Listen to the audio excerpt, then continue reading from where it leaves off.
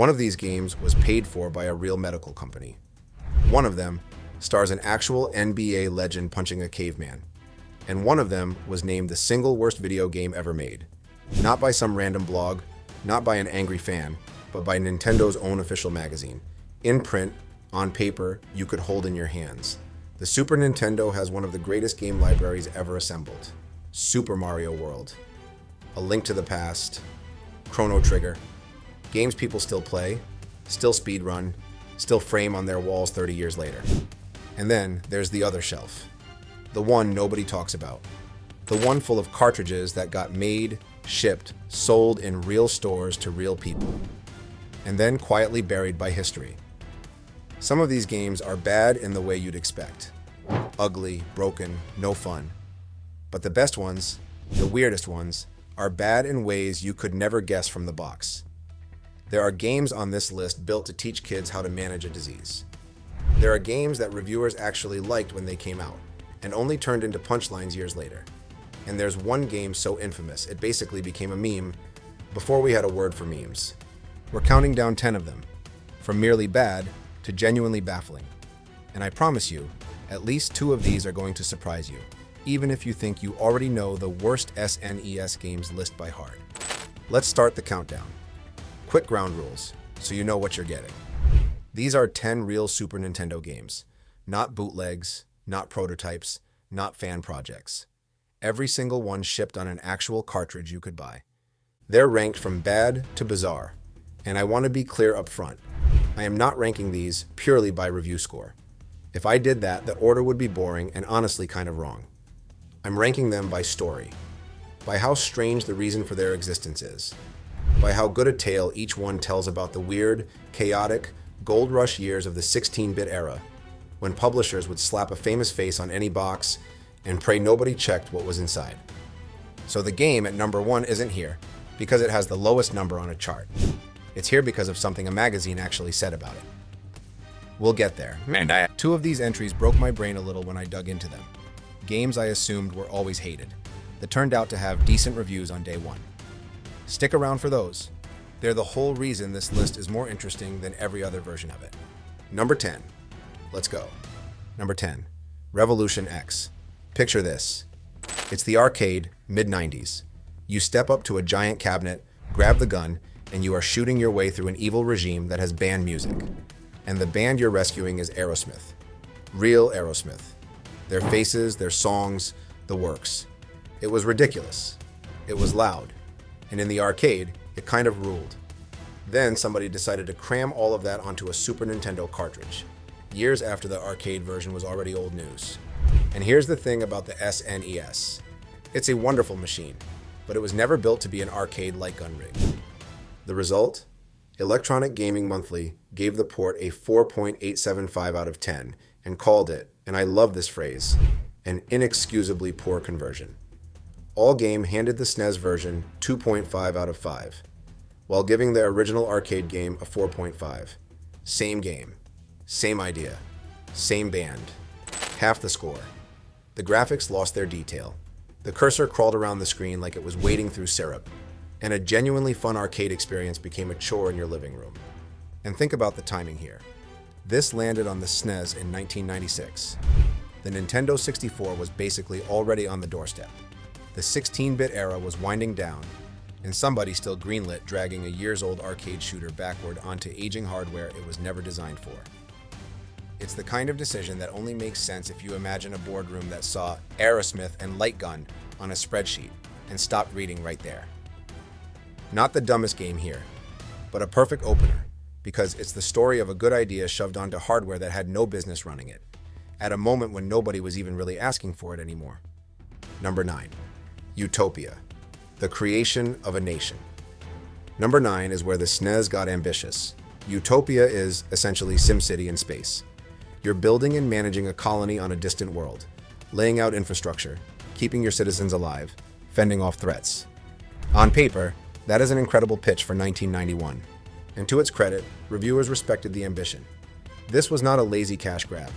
It genuinely tried to be deep and strategic and thoughtful. The problem was everything around the ambition.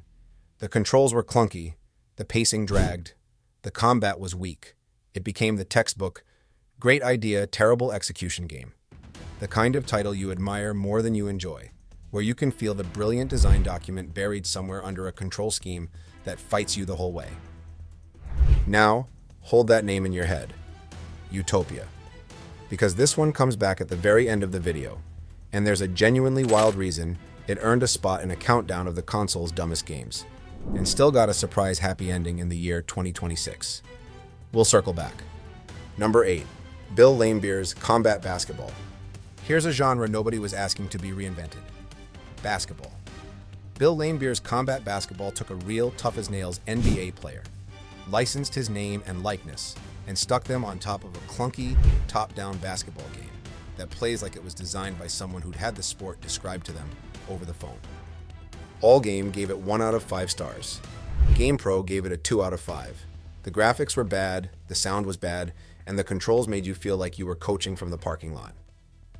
To this day, it turns up regularly on lists of the worst basketball games ever made. Full stop. Not just on the SNES. In a genre with decades of games in it, that's a genuinely impressive rock to be stuck at the bottom of. And the combat in the title, that's the twist the game was banking on. This wasn't meant to be real basketball. It was a near-future version where you could body check opponents into oblivion. Fun idea. But when the basketball itself feels this bad, the combat gimmick can't save it. You can't build a wild spin on a sport on top of controls that can't handle the sport in the first place. Bill Laimbeer did not deserve this. Nobody did. So that's the bottom of our list. A broken arcade port, a brilliant idea in a broken body, and a celebrity basketball game that fouled out on arrival. Bad games, sure, but we're just getting warmed up, because the next 3 took beloved characters you already know and did something genuinely strange with them. Number 7. Mario is Missing. Look at that title. Mario is Missing. If you were a kid in 1993 and you saw this on a store shelf, you knew exactly what you were getting. A brand new Mario adventure. Running, jumping, stomping. The works. You were getting none of those things. Mario is Missing was secretly a geography education game. You play as Luigi, wandering real-world cities, learning facts about famous landmarks, and answering trivia. There is no traditional platforming. There's barely any action at all. It's a homework assignment wearing a Mario costume. Now, as an educational tool, honestly, fine. Kids probably learned where a few countries were. But as a Mario game, which is what everybody thought they were buying, it was, in the words of the fan wikis, pretty much universally panned. And the reason is right there in the mismatch. It disappointed every single player who booted it up expecting a real Mario platformer and got a pop quiz instead. This is the bait and switch. Familiar face on the box. Completely different game inside. And it's about to happen again, with another character just as famous. Number 6. Pac-Man 2. The New Adventures. Everybody on planet Earth knows how to play Pac-Man. You move Pac-Man. You eat the dots. You avoid the ghosts. It is possibly the most intuitive control scheme in the history of the medium. So naturally, Pac-Man 2 decided you would not control Pac-Man. This is an indirect control game. Instead of moving Pac-Man yourself, you guide him. You point things out. You nudge him with a slingshot. And Pac-Man, who has apparently developed moods and a mind of his own, decides what he feels like doing about it. When it works, it's charming. When it doesn't, you are watching a little yellow guy ignore you while you slowly lose your mind. The reviews split hard on this. In Japan, Famitsu scored it around 8 out of 10. They were into it, but Entertainment Weekly gave it a C-, calling the control scheme frustrating and confusing. And Moby Games lists a critic average right around 59%. And that's the core of it. Take the most instantly playable character ever created and build a game where the entire challenge is that you can't just play him. Bold? Sure. Baffling? Absolutely.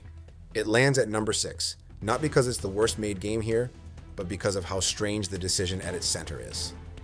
Number 5, Bubsy and Claws Encounters of the Third Kind. Okay? Number 5. This is the first one that's going to mess with what you think you know. If you've spent any time online, you know Bubsy, the Bobcat mascot, the punchline, the poster child for every soulless 90s Sonic clone that flooded the market. Bubsy is famous for being terrible, except when this first game came out in May of 1993. Reviewers actually liked it. Here's the receipt. Electronic Gaming Monthly ran it past 4 different reviewers, and they scored it 7, 8, 9, and 9 out of 10. That's not a disaster. That's a hit. And commercially, Bubsy actually outsold rival mascot platformers of the era, like Sparkster and Aero the Acrobat. At launch, Bubsy wasn't the joke. Bubsy was winning. So what happened? 2 things happened. 1, the one-hit death mechanic. Touch almost anything and Bubsy's gone, which turns a cheerful platformer into a nerve-shredding exercise in memorization. And 2, the voice. Bubsy never ever shuts up. He's got a quip for everything, and after the 50th time you hear the same grating one-liner, something in you breaks. Over the years, those 2 things, plus some genuinely dire sequels we are not getting into today, sanded Bubsy down from solid launch platformer into one of gaming's most mocked mascots. He didn't fail on day 1. He got reinterpreted into a punchline over a decade. And that right there is one of the most interesting kinds of bad game there is, the kind that history turned on. Now, everything up to this point has been games that failed for normal reasons. Bad ports, bad decisions, bad mascots. But the next 2 games, they didn't fail because someone was chasing a quick buck. They failed while trying to do something genuinely good. And the true stories behind them are the strangest thing in this entire video. Number 4, Rex Ronan, Experimental Surgeon. Let me set the scene, because this is real. Rex Ronan is a game where you shrink down to a microscopic size, get injected into the body of a lifelong smoker, and fight, physically, with a sci-fi tool. The damage that decades of tobacco has done to his organs. You're battling tar. You're battling nicotine machines. You are, essentially, waging war on cigarettes from the inside. And this wasn't a joke game. It was made with a real anti-smoking public health purpose. Somebody genuinely sat down and thought, what if we could teach kids about the harm smoking does by making them the hero who fights it? That's kind of beautiful, honestly. The execution is where it falls apart. A GameFAQ's user review scored it 2 out of 10 overall, and broke that down brutally, with a 1 out of 10 for the controls and a flat 0 out of 10 for replay value. Moby Games lists a player score of just 2.1 out of 5. As a piece of interactive entertainment, it did not work. But here's the detail that keeps this from being a mean joke. And I want to be fair to it, a public health study on a prototype build of the game found that kids under 12 actually enjoyed it and engaged with the anti-tobacco message, which means that on the one metric its makers actually cared about, did it get through to children about smoking? It may have partly worked. It failed as a game and possibly succeeded as a lesson. That is a genuinely strange place for a Super Nintendo cartridge to land. Number 3, Captain Novolin. Meet Captain Novolin. He looks like a generic 16-bit hero. He plays like a mediocre 16-bit platformer. But the reason he exists is unlike almost anything else in the entire SNES library. Captain Novolin was funded by Novo Nordisk, a real insulin manufacturer, and built as a diabetes education tool for children. It was distributed through hospitals. The whole point of the game was to help diabetic kids understand blood sugar, food, and managing their condition, with a friendly capped hero as the guide. Sit with that for a second. There was a moment in the early 90s when the answer to, how do we help kids with diabetes feel less scared and more in control, was, let's make them a Super Nintendo game. And a pharmaceutical company actually paid for it to happen. The kids it was made for, and the specialists who worked with them, appreciated the intent. It came from a good place, and for its actual audience, it did a job. The critics were less kind. Outlets that look back on it, like Hardcore Gaming 101 and Time Extension, list it among the worst Nintendo games ever released. The gameplay, the graphics, and the controls all came in for a beating. And that's the tension that makes it the number 3 story on this list. By every normal standard of, is this a good game, Captain Novolin is a disaster. But it was never really trying to win that contest. It was trying to help sick children, funded by a medical company, handed out in hospital waiting rooms. And I think that earns it a little more warmth than your average bad platformer. It's not dumb. It's just weird in the most sincere, well-meaning way a video game can be. Alright, enough sincerity. Because our top 2 are the 2 most infamous names on this entire list. And number 2 is a game you think you already have completely figured out. Number 2, Shaq Fu. If you know one bad video game from the 90s, there's a very good chance it's this one. a fighting game starring Shaquille O'Neal, yes, that Shaq, where the plot involves him getting sucked into another dimension to fight mummies and monsters with martial arts. The name alone is a punchline. Shaq Fu has been shorthand for bad celebrity video game for the better part of 30 years. There were fan campaigns to destroy every copy in existence. It is a legend of awfulness. So here's the twist, and I promise you this is real. When Shaq Fu actually came out on the SNES in 1994, GamePro's review was fairly positive. They praised the game's speed. They praised the controls. Other outlets ranged from lukewarm to negative. Sure, but this was not a game that got laughed out of the building on release. As a fighting game, in its moment, it was fine, playable, competent even. What happened to Shaq Fu happened after. Over the following decades, the name, that gloriously silly name, took on a life of its own. It became an internet meme. It became the go-to example anytime anyone wanted to make fun of 90s celebrity games. Tech Times actually documented this transformation back in 2016. A game that got a decent reception at launch, mutated over 20 plus years into the ultimate symbol of everything wrong with cashing in on a famous face. And that's why it's number 2, because it's the purest version of a thing this whole list keeps circling. Shaq Fu isn't hated because it was hated in 1994. Shaq Fu is hated because we decided, collectively, years later, that it should be. The reputation outran the game so completely that almost nobody remembers the game got okay reviews. The joke ate the truth.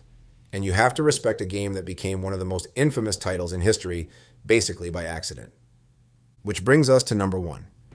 And unlike Shaq Fu, unlike Bubsy, this one didn't need years to earn its reputation. This one was condemned in print, at the top of its lungs, by the one magazine that had every reason to be nice to it. Number 1. Bebe's Kids. It's a beat-em-up released in 1994, based on the 1992 animated movie of the same name. And on the surface, that's a totally normal thing for the era. Movie tie-in, licensed characters, side-scrolling brawler. We'd seen 100 of those. But Bebe's Kids earns the top spot for one specific, extraordinary reason. Nintendo Power reviewed it. And Nintendo Power was famously Nintendo's own magazine, a publication with every commercial incentive in the world to be generous to games on Nintendo's console. They gave Bebe's Kids some credit where it was due. They actually praised the graphics and the sound. And then they went after everything else. The action was too slow. The enemies were damage sponges. You'd hit them, and hit them, and hit them, and they would simply refuse to fall. The controls were poor. It was a brawler, where the brawling didn't feel good, which is the one thing a brawler cannot afford to get wrong. But the reviews at launch aren't even the reason it's number 1. Here's the reason. In 1997, Nintendo Power ran a retrospective, and in that feature, they named Bebe's Kids the worst video game of all time. Not the worst SNES game. Not the worst that year. The worst ever made. And they said it about a game on their own platform, in their own pages, under their own logo. That is not a review. That is an execution. And history has agreed. Modern reviews score Bebe's Kids as low as 14 out of 100. It's a permanent fixture on worst beat-em-up lists and worst SNES game lists to this day. But no modern take will ever hit as hard as the original one. A magazine designed to sell you Nintendo games, looking at this cartridge and calling it the worst thing the entire medium had ever produced. Damage sponge enemies, slow, joyless combat, controls that fought you, and a worst game ever crowned, handed down by the House magazine itself. That's your number 1. Nothing else on this list even comes close to that kind of official, on-the-record condemnation. So there's the list. Revolution X, Utopia, Bill Laimbeer's Combat Basketball, Mario is Missing, Pac-Man 2, Bubsy, Rex Ronan, Captain Novolin, Shaq Fu, and Bebe's Kids, officially in print, the worst game of all time. But here's the thing I keep coming back to. Every single one of these games still exists, right now, as a physical cartridge, and not gathering dust in a landfill. People actively collect these things. There are folks out there who will pay real money to own the worst beat-em-up ever made, or a diabetes education game funded by an insulin company, and put it proudly on a shelf. Which is, when you think about it, its own special kind of dumb, and honestly, kind of wonderful. And remember Utopia? Our number 9? The SimCity and space game with the great idea and the broken body? In 2026, this year, Utopia got a brand new physical re-release on the SNES. Decades after it launched to a shrug, someone looked at this game and decided there was still enough curiosity, enough love, enough audience to justify a fresh print run. A game that landed on a list of the console's dumbest titles is, right now, getting a second life in a nice new box. Which kind of reframes this whole video, doesn't it? Dumbest and forgotten aren't the same thing. Some of these games are dumb precisely because they were bold, or sincere, or strange enough to still be remembered 30 years later. The truly forgotten SNES games? You've never heard of them, but Bebe's Kids, Shaq Fu, Captain Novolin, these live on. The dumb ones are the memorable ones, and there might not be a higher compliment than that. If you had fun with this, I've got a follow-up already in the works. The worst NES games, the 8-bit dumpster fire that came before all of this, and it is somehow even weirder. That video's linked right here, so go click it. And if you want to see more countdowns like this one, do the free thing that helps this channel more than anything else. Hit subscribe. It costs you nothing, and it tells the algorithm to bring you back next time I go digging through gaming's worst shelf. I'll see you in the next one.